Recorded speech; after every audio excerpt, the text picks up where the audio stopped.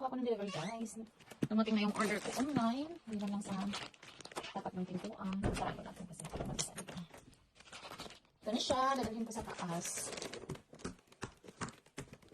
Sa tingin ko to i-order. Kalat kasi ng mga sapatos ko dito mga moms. Kaya yan. Nag-order ako nitong shoe rack. Tingnan natin kung maganda ba. Kasi dati, try-order ko na rin to.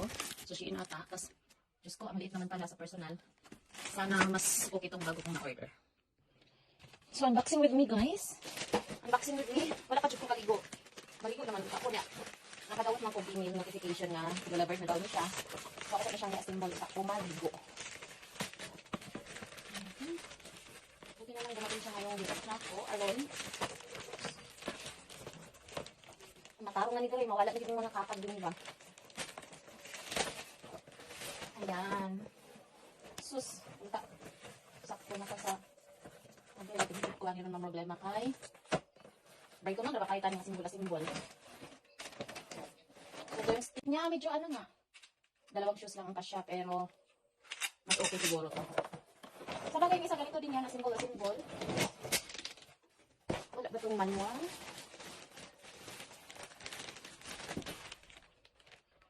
From Andrew Boxer Auckland. Ang liit. Wala siyang, ito pala. Siyempre, kailangan natin ng guide. Then, 1, 2, 3, 4. Ano siya? Oh, saan? Okay. 1,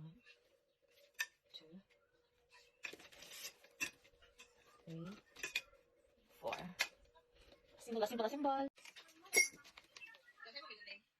So, yan mga moms, almost there na. So, pinakadulo na talaga to. Malapit na talaga akong matapos at excited na akong ilagay yung aking mga shoes dito. Usually, mga moms, basta assemble, hindi talaga ako, wala akong ano dyan, wala akong kanang katapulan kay ko ana ba. Pero this time, naningkamot good ko. Excited na kayo kung mawala ni mga karton-karton diri.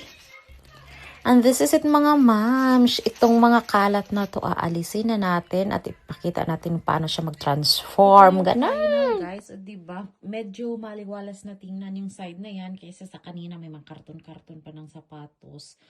O diba sa baba nilagay ko yung mga sandals. Tapos kagaya nito, kapag mga maliliit, kagaya nitong sneakers maliliit, may space pa siya. Pwede pa to siya lagyan ng isang shoes. Siguro pag ipagsama-sama sila, puro mga sneakers ganon, pwede. Pero medyo masikip, kaya wala pa namang iba. So, ganyan muna. Pero kagaya nito na medyo matataba, hindi na yan sila pwedeng dagdagan pa. Hindi naman siya na ano, matibay naman siya, kaya naman niya. Ano lang kasi naka-carpet, di pa siya masyadong nakadiin. Oh, ang ganda. Natutuwa ako. Organize na yung mga shoes ko.